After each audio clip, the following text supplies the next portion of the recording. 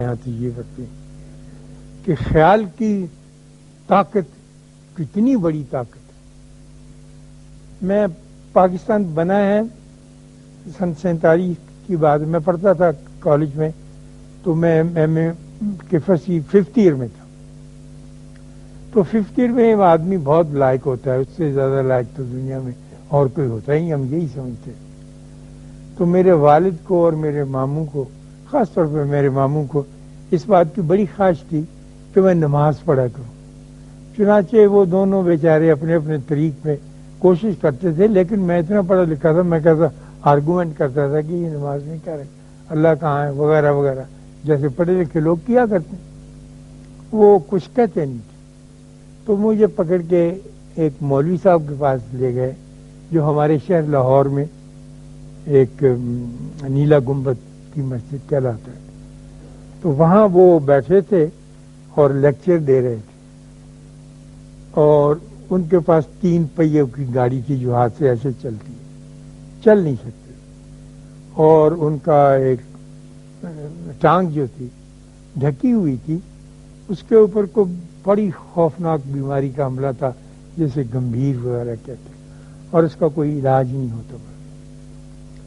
تو میرے والد نے کہا جی یہ میرا بیٹا کہنے کے ماشاءاللہ بڑا اچھا ہے, لائق ذہین خوبصورت فتین لڑکا ہے. تو انہوں نے کہا جی آپ اسے کہنے کے نہیں, پھر کسی دن آئیں گے تو تلقین کریں گے, آج موقع نہیں ہے تلقین کرنے کا, اور تلقین زیادہ کرنی بھی نہیں چاہیے. یہ آتا رہے, ملتا ملاتا رہے. تو مجھے ان کی شخصیت نے بڑا متاثر کیا, لیکن میں نے ان کی بات نہیں مانی. نوجوانوں کے پاس کہاں وقت ہوتا ہے ایسے کام کرنے کا, نیکی کے یا شرافت کے یا عبادت کے. میں نہیں مانا. اپنے دوستوں کو بتایا کالج میں, انہوں نے کہا نانا خبردار اس میں نہ پھنس جانا, ہمیں دنیا بنانی ہے, ترقی کرنی ہے. اور ایک مولوی سا لڑکا پڑھتا تھا, وہ کہتا ہے لیسا للانسان الا ما سعی, کوشش کرو دنیا کی طرف.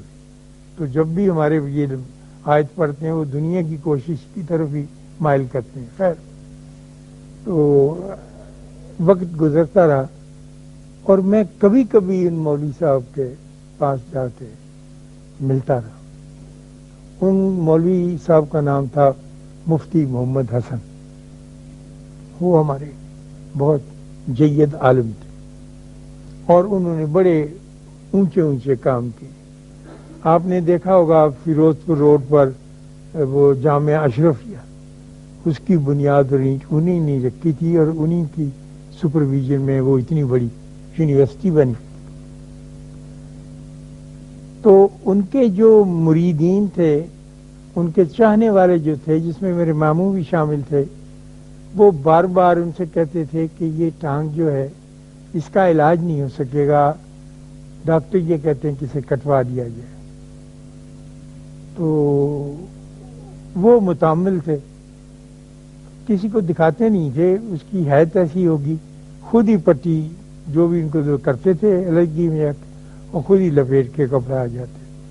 تو ان لوگوں کو بڑی فکر تھی ان کے مریدین. انہوں نے جب بہت زور دیا تو مان گئے. انہوں نے کہا کہ اچھا ڈاکٹر لوگ کہتے کاٹنی ہے تو پھر کاٹ دیں, اس میں کیا مذاق ہے. انہوں نے کہا یہ بڑا آپریشن ہے, گھٹنے سے اوپر ران سے کاٹی جائے گی کیونکہ اتنی دور پہنچ گئی. تو انہوں نے کاٹی. یہ میں لاہور کا واقعہ آپ کو بتا رہا ہوں, اور کنگ ایڈورڈ میڈیکل کالج کے میو ہاسپٹل کا واقعہ. تو ہمارے اس زمانے کے بہت اعلیٰ درجے کے سرجن کرنل امیر الدین ہوا کرتے تھے, اور وہ بڑے نامی گرامی سرجن تھے. انہوں نے بھی دیکھا مفتی صاحب کو, اور یہی رائے دی کہ اس کو تو کاٹنا پڑے گا. پاکستان میں سے ڈاکٹر جمیت سنگھ تھے یہاں لاہور میں بڑے مشہور, انہوں نے بھی پہلے رائے دی تھی تو مانا نہیں تھا. یہ مان گئے. تو انہوں نے کہا ٹھیک ہے, وقت مقرر ہو گیا جیسا کہ ڈاکٹر لوگ کرتے ہیں صبح کے وقت. تو ان کی سرجری میں کرنل عطا اللہ اور ڈاکٹر ریاض قدیر اور کرنل امیر الدین جو سرجن تھے, یہ ان کی مدد کے لیے.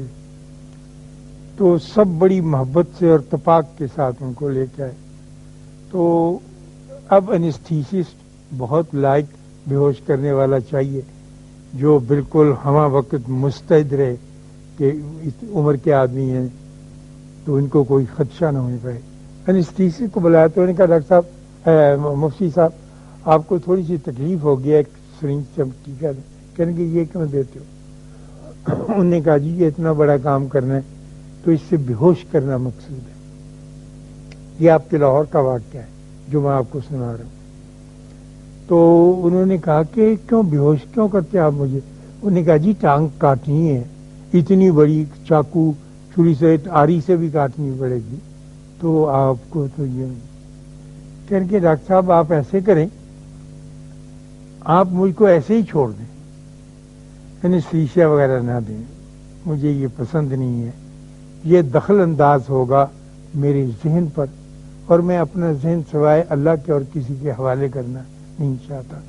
تو آپ اپنا کام کریں میں اپنا کام کرتا ہوں. انہوں نے کہا سر آپ اپنا کام کیا کریں گے؟ کہنے کہ میں اپنا کام جو بھی میرا کام.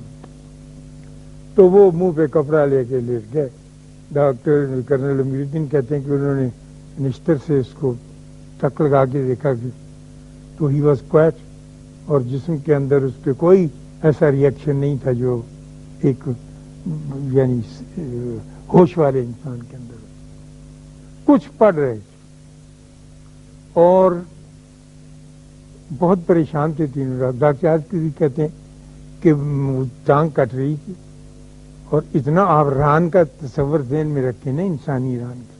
اور ڈاکٹر آج کے دن جلدی جلدی ٹانکے لگا رہے تھے اور کرنل عطا اللہ جو تھے وہ ڈاکٹر وہ نبض پکڑ کے بیٹھے ہوئے تھے کہ اور کچھ چارہ نہیں تھا کہ کیا کیسے پتا چلے کہ ان کا بی پی کہاں چلا گیا تھا.